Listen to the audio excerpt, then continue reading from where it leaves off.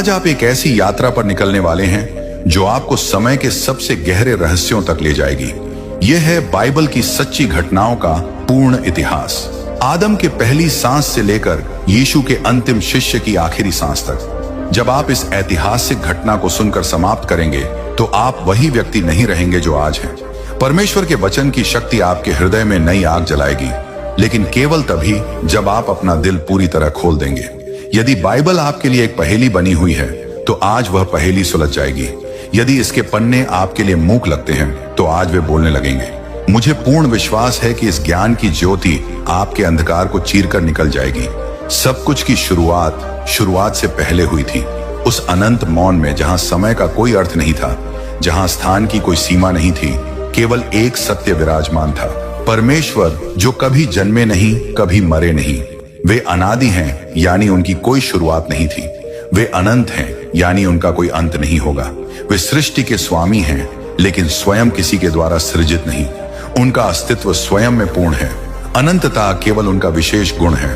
फिर एक दिन, जिसे हम समय का पहला दिन कह सकते हैं, परमेश्वर ने अपनी सर्वशक्तिमान आवाज उठाई। उनके मुंह से निकले 3 शब्द ने ब्रह्मांड की नींव हिला दी।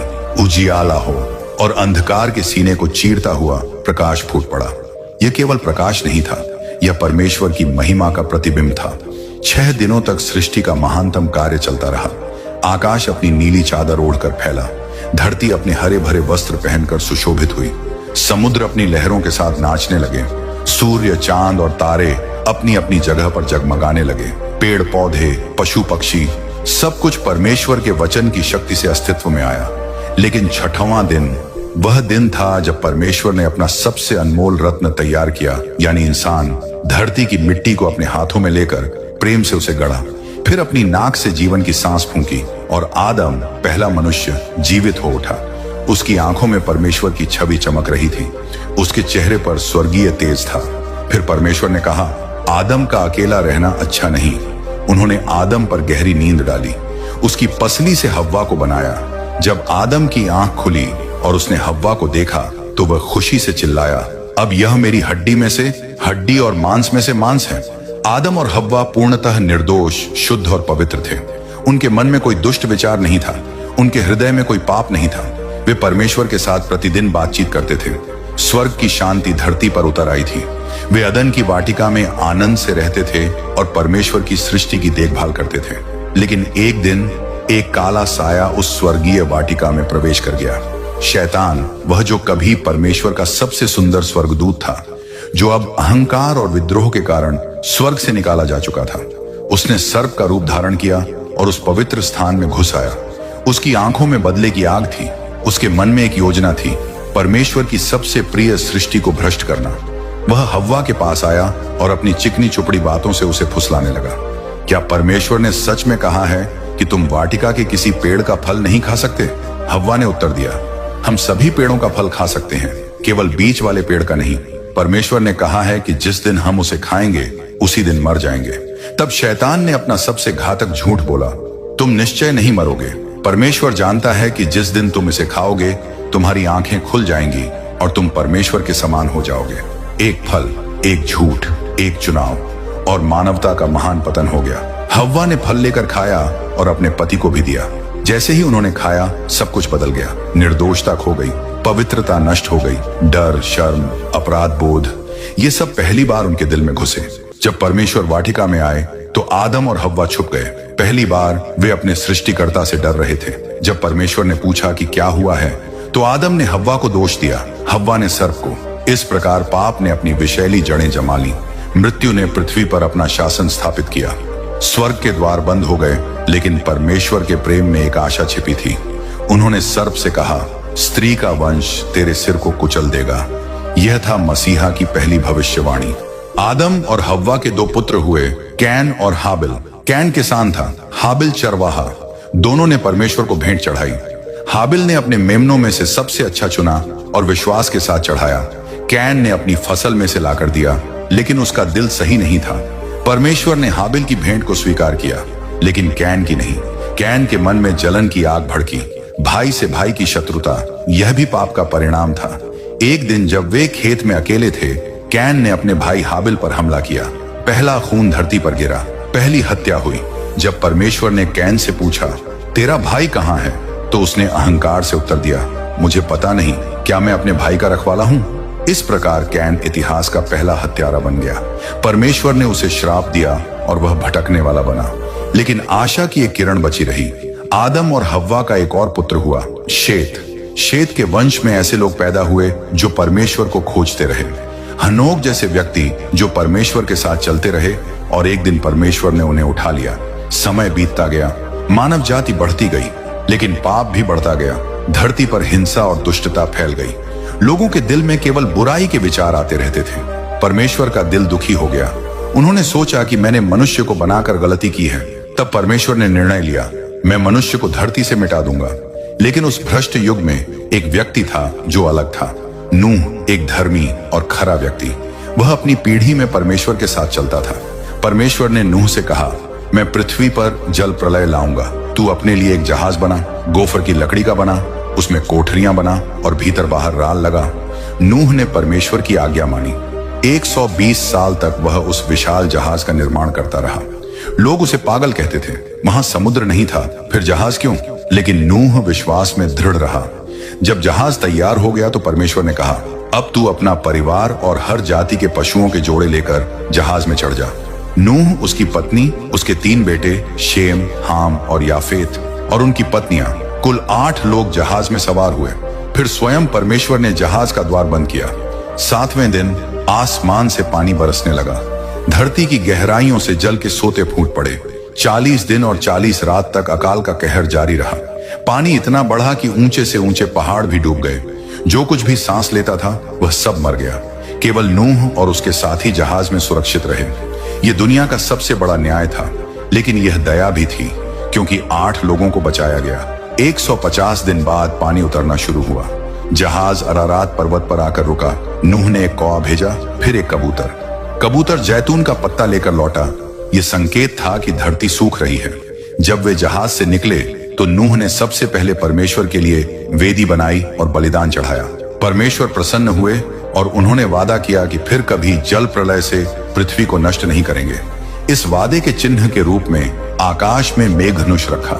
नूह के 3 बेटों से फिर से मानव जाति की शुरुआत हुई। शेम से सेमाइट जातियां बनी, यहूदी और अरबी। हाम से अफ्रीकी और एशियाई जातियां निकली। याफेत से यूरोपीय जातियां बनी। समय आगे बढ़ा, मानव जाति फिर से फैलने लगी। लेकिन परमेश्वर के मन में एक विशेष योजना थी। वे एक ऐसा परिवार चुनना चाहते थे जिसके द्वारा वादा किया गया मसीहा संसार में आए। मेसोपोटामिया में ऊर नगर में एक व्यक्ति रहता था, अब्राम। वह कसदियों के देश में था जहां मूर्ति पूजा होती थी। लेकिन अब्राम के दिल में सच्चे परमेश्वर की खोज थी। एक दिन परमेश्वर ने अब्राम से कहा, अपने देश, अपने कुटुंब और अपने पिता के घर को छोड़कर उस देश में चला जा जो मैं तुझे दिखाऊंगा। मैं तुझसे एक बड़ी जाति बनाऊंगा और तुझे आशीष दूंगा। तेरे द्वारा पृथ्वी के सारे कुल आशीषित होंगे। यह कितना कठिन था। 75 साल की उम्र में सब कुछ छोड़कर एक अज्ञात देश की ओर जाना। कोई नक्शा नहीं, कोई दिशा नहीं, केवल परमेश्वर का वादा। लेकिन अब्राम ने विश्वास किया। उसने अपनी पत्नी सारे, अपने भतीजे लोत और सारी संपत्ति लेकर यात्रा शुरू की। यह विश्वास की महान यात्रा थी। जहां जहां अब्राम गया उसने परमेश्वर के लिए वेदी बनाई। वह एक तंबू में रहने वाला यात्री बन गया, क्योंकि वह उस स्वर्गीय नगर की प्रतीक्षा कर रहा था जिसका कारीगर और बनाने वाला परमेश्वर है। कनान देश में पहुंचकर परमेश्वर ने फिर कहा, यह वह देश है जो मैं तेरे वंश को दूंगा। लेकिन अब्राम के कोई संतान नहीं थी। वह और सारे बूढ़े हो रहे थे। एक रात परमेश्वर ने अब्राम को तंबू से बाहर लाकर कहा, आकाश की ओर दृष्टि उठाकर तारागण को गिन, यदि तू उन्हें गिन सके। फिर उन्होंने कहा, तेरा वंश इसी प्रकार होगा। अब्राम ने परमेश्वर पर विश्वास किया और यह उसके लिए धार्मिकता गिनी गई। लेकिन परमेश्वर ने यह भी बताया कि उसका वंश 400 साल तक परदेश में रहेगा और गुलामी में रहेगा, फिर चौथी पीढ़ी में वापस आएगा। समय बीतता गया। अब्राम 99 साल का हो गया। तब परमेश्वर ने उसका नाम अब्राम से बदलकर अब्राहम कर दिया। अब्राम का अर्थ था महान पिता और अब्राहम का अर्थ था बहुत से लोगों का पिता। इस समय तक सारा के धैर्य का बांध टूट चुका था। उसने अपनी मिस्री दासी हाजिरा को अब्राहम के साथ रहने के लिए दे दिया। इससे इश्माइल का जन्म हुआ। यह परमेश्वर की योजना नहीं थी, यह मानवीय प्रयास था। इश्माइल अरब जाति का पूर्वज बना। जो बाद में इजराइल की शत्रु बनी। जब अब्राहम 100 साल का था और सारा 90 साल की, तब परमेश्वर का चमत्कार हुआ। वादे का पुत्र इसहाक का जन्म हुआ। सारा हंसी से भर गई। परमेश्वर ने मुझे हंसाया है, जो कोई सुनेगा वह मेरे साथ हंसेगा। इसहाक बड़ा हुआ। फिर परमेश्वर ने अब्राहम की सबसे कड़ी परीक्षा ली। उन्होंने कहा, अपने पुत्र को, अपने एकलौते पुत्र इसहाक को लेकर मोरियाह देश में जा और वहां उसे होम बलि करके चढ़ा। यह कैसी परीक्षा थी? जिस पुत्र के लिए 25 साल इंतजार किया, उसी को बलिदान करना। लेकिन अब्राहम ने बिना सवाल किए आज्ञा मानी। वह जानता था कि परमेश्वर मुर्दों को भी जिला सकता है। तीसरे दिन जब वे मोरियाह पर्वत पर पहुंचे, अब्राहम ने वेदी बनाई, लकड़ी सजाई और इसहाक को बांधकर उस पर रखा। जब उसने छुरी उठाई, तब परमेश्वर के दूत ने रोका, अब्राहम, अब्राहम, उस लड़के पर हाथ मत बढ़ा। अब मैं जान गया कि तू परमेश्वर का भय मानता है। पास ही एक मेढ़ा झाड़ी में फंसा हुआ था। अब्राहम ने उसे इसहाक के बदले चढ़ाया। उसने उस स्थान का नाम रखा यहोवा यिरे, प्रभु देखेगा। इसहाक ने रिबका से विवाह किया, लेकिन 20 साल तक उनके कोई संतान नहीं हुई। फिर परमेश्वर ने प्रार्थना सुनी और रिबका के जुड़वा बेटे हुए, एसाव और याकूब। एसाव शिकारी था, याकूब शांत था। एक दिन एसाव भूखा आया और याकूब से दाल मांगी। याकूब ने कहा, पहले अपना जेठपन मुझे बेच दे। एसाव ने जेठपन को तुच्छ जाना और एक कटोरी दाल के लिए बेच दिया। बाद में याकूब ने अपनी माता रिबका की सहायता से पिता इसहाक से आशीर्वाद भी छीन लिया। एसाव क्रोधित हुआ और याकूब को मारने की सोची। याकूब को भागना पड़ा। रास्ते में बेतेल नाम की जगह याकूब ने एक सपना देखा। स्वर्ग से धरती तक एक सीढ़ी लगी थी और परमेश्वर के दूत उस पर चढ़ते उतरते थे। परमेश्वर ने उससे कहा, मैं तेरे दादा अब्राहम और तेरे पिता इसहाक का परमेश्वर हूँ। जिस भूमि पर तू लेटा है, वह मैं तुझे और तेरे वंश को दूंगा। याकूब 20 साल तक अपने मामा लाबान के यहाँ रहा। वहां उसने लियाह और राहेल से विवाह किया। उसके 12 पुत्र हुए, रूबेन, शिमोन, लेवी, यहूदा, दान, नप्ताली, गाद, आशेर, इस्साकार, जबूलून, यूसुफ और बिन्यामीन। ये 12 पुत्र इजराइल के 12 गोत्रों के पूर्वज बने। वापसी में याकूब का एक रात एक व्यक्ति से कुश्ती हुई। वह व्यक्ति परमेश्वर का दूत था। जब याकूब ने कहा, जब तक तू मुझे आशीर्वाद न दे, मैं तुझे न छोड़ूंगा, तो उसका नाम याकूब से बदलकर इजराइल हो गया। इजराइल का अर्थ है परमेश्वर के साथ युद्ध करने वाला। याकूब के पुत्रों में यूसुफ सबसे प्रिय था। इससे भाइयों में जलन हुई। यूसुफ ने 2 सपने देखे जिनमें उसके भाई उसे दंडवत कर रहे थे। इससे भाइयों की जलन और बढ़ गई। एक दिन भाइयों ने यूसुफ को पकड़कर गड्ढे में डाल दिया। फिर उसे इश्माइली व्यापारियों के हाथ बेच दिया। यूसुफ मिस्र पहुंचा और पोतीफर के घर नौकर बना। पोतीफर की पत्नी ने यूसुफ को बहकाने की कोशिश की। जब यूसुफ ने इनकार किया तो उसने झूठा आरोप लगाया।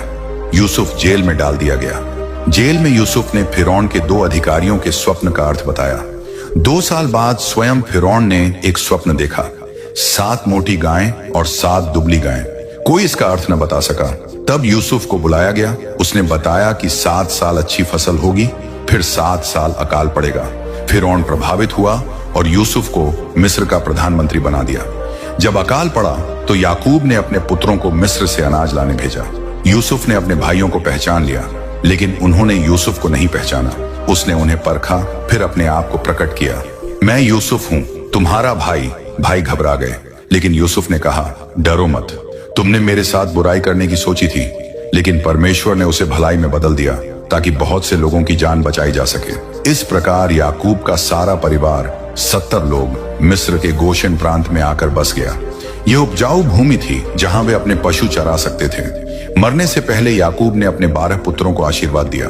यहूदा से उसने कहा, राजदंड यहूदा से न छूटेगा जब तक शीलो न आए। ये मसीहा की भविष्यवाणी थी। मिस्र में 400 साल बीत गए। 70 लोग बढ़कर लगभग 20 लाख हो गए, लेकिन अब वे गुलाम थे। एक नया फिरौन आया था जो यूसुफ को नहीं जानता था। उसने इजरायलियों को कठोर श्रम में डाल दिया।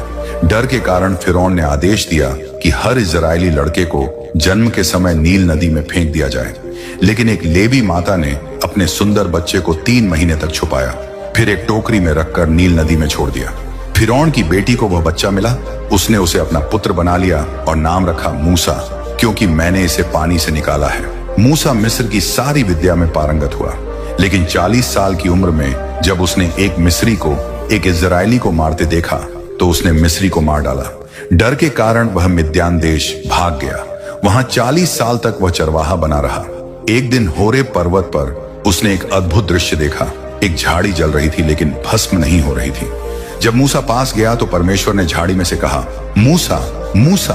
उसने उत्तर दिया, मैं हाजिर हूं, यहां पास मत आ, अपनी जूती उतार, क्योंकि जिस भूमि पर तू खड़ा है वह पवित्र है। मैं तेरे पूर्वजों का परमेश्वर हूं। मैंने मिस्र में अपनी प्रजा का दुख देखा है। अब जा, मैं तुझे फिरौन के पास भेजता हूं ताकि तू मेरी प्रजा को मिस्र से निकाल लाए। मूसा ने कहा, मैं कौन हूं कि फिरौन के पास जाऊं? परमेश्वर ने कहा, मैं तेरे साथ रहूंगा। मूसा और उसके भाई हारून ने फिरौन के सामने जाकर कहा, इजराइल का परमेश्वर यहोवा यह कहता है, मेरी प्रजा को जाने दे ताकि वे जंगल में मेरी सेवा करें। फिरौन ने घमंड से कहा, यहोवा कौन है कि मैं उसकी आवाज मानूं? मैं इजराइल को जाने नहीं दूंगा। तब परमेश्वर का न्याय शुरू हुआ। 10 भयानक विपत्तियां मिस्र पर आईं। पानी खून हो गया, मेढक, जूं, डांस, मवेशियों की मौत, फोड़े फूंसी, ओले, टिड्डियां, अंधकार। हर विपत्ति के बाद फिरौन का दिल और कठोर होता गया। 10वीं विपत्ति सबसे भयानक थी, मिस्र के सभी पहलौठे की मृत्यु। लेकिन इजरायलियों को बचाने के लिए परमेश्वर ने फसह का नियम दिया। हर परिवार एक निर्दोष मेमना लेकर उसे काटे और उसका खून अपने घर की चौखट पर लगाए। उस रात मृत्यु का दूत मिस्र से होकर निकला। जहां खून का चिन्ह था वहां वह आगे बढ़ गया, जहां नहीं था वहां पहलौठा मार डाला। स्वयं फिरौन के पहलौठे की भी मृत्यु हुई। आधी रात को फिरौन ने मूसा को बुलाकर कहा, उठ, मेरी प्रजा में से निकल जा, जाकर यहोवा की सेवा करो। मिस्री लोग भी कहने लगे, जल्दी निकलो, नहीं तो हम सब मर जाएंगे। इस प्रकार 6 लाख पुरुष, औरतों और बच्चों को मिलाकर लगभग 20 लाख लोग मिस्र से निकले। वे 430 साल बाद आजाद हुए, ठीक वैसे ही जैसे परमेश्वर ने अब्राहम से कहा था। लेकिन फिरौन का मन फिर बदल गया। उसने 600 रथों के साथ इजरायलियों का पीछा किया। लाल समुद्र के किनारे इजरायली फंस गए। आगे समुद्र, पीछे मिस्री सेना। लोग डरकर मूसा से कहने लगे, क्या मिस्र में कब्रें नहीं थीं जो तू हमें यहाँ मरने लाया है? मूसा ने कहा, डरो मत, खड़े रहकर यहोवा का उद्धार देखो। परमेश्वर ने मूसा से कहा, अपनी लाठी उठाकर समुद्र के ऊपर बढ़ा। जैसे ही मूसा ने ऐसा किया, तेज पूर्वी हवा चली और समुद्र 2 भागों में बंट गया। बीच में सूखी जमीन निकल आई। इजरायली सूखी भूमि पर चलकर समुद्र पार कर गए। जब मिस्री सेना पीछे से आई तो परमेश्वर ने पानी को फिर से मिला दिया। सारी मिस्री सेना डूब गई। इजरायलियों ने परमेश्वर की इस महान विजय को देखकर एक गीत गाया, मैं यहोवा का गीत गाऊंगा क्योंकि वह महान काम करके सुशोभित हुआ है। रेगिस्तान की यात्रा शुरू हुई। सीनै पर्वत पर परमेश्वर ने मूसा को 10 आज्ञाएं दी। पहली 4 आज्ञाएं परमेश्वर के साथ संबंध के बारे में थीं, बाकी 6 मनुष्यों के साथ संबंध के बारे में। परमेश्वर ने विस्तृत नियम दिए, नैतिक, सामाजिक और धार्मिक। उन्होंने मिलाप वाले तंबू का नक्शा दिया जहां वे अपनी उपस्थिति प्रकट करेंगे। लेकिन जब कादेश बरने पहुंचे तो वादे की भूमि की जासूसी के लिए 12 व्यक्ति भेजे गए। 40 दिन बाद वापस आकर 10 जासूसों ने कहा, वहां के लोग बलवान हैं, शहर बड़े और किलेबंद हैं। हमें लगा कि हम उनके सामने टिड्डियों के समान हैं। केवल यहोशू और कालेब ने कहा, यदि यहोवा हमसे प्रसन्न है तो वह हमें उस देश में पहुंचाएगा। उनसे मत डरो, यहोवा हमारे साथ है। लेकिन लोगों ने 10 जासूसों की मानी। वे बड़बड़ाने लगे, काश हम मिस्र में मर गए होते। यहोवा हमें यहाँ क्यों लाया है कि हम तलवार से मारे जाएं? परमेश्वर का क्रोध भड़का। उन्होंने कहा, जितने दिन तुमने देश की जासूसी की 40 दिन, उतने साल तुम जंगल में भटकोगे, 1 दिन के बदले 1 साल। इस प्रकार वह पीढ़ी जो मिस्र से निकली थी जंगल में मर गई। केवल यहोशू और कालेब वादे की भूमि में प्रवेश कर सके। 40 साल बाद जब मूसा 120 साल का हुआ तो परमेश्वर ने उसे नबो पर्वत पर बुलाया और वादे की भूमि दिखाई। फिर मूसा, इजराइल का सबसे महान नबी, वहीं मर गया। परमेश्वर ने स्वयं उसे दफनाया।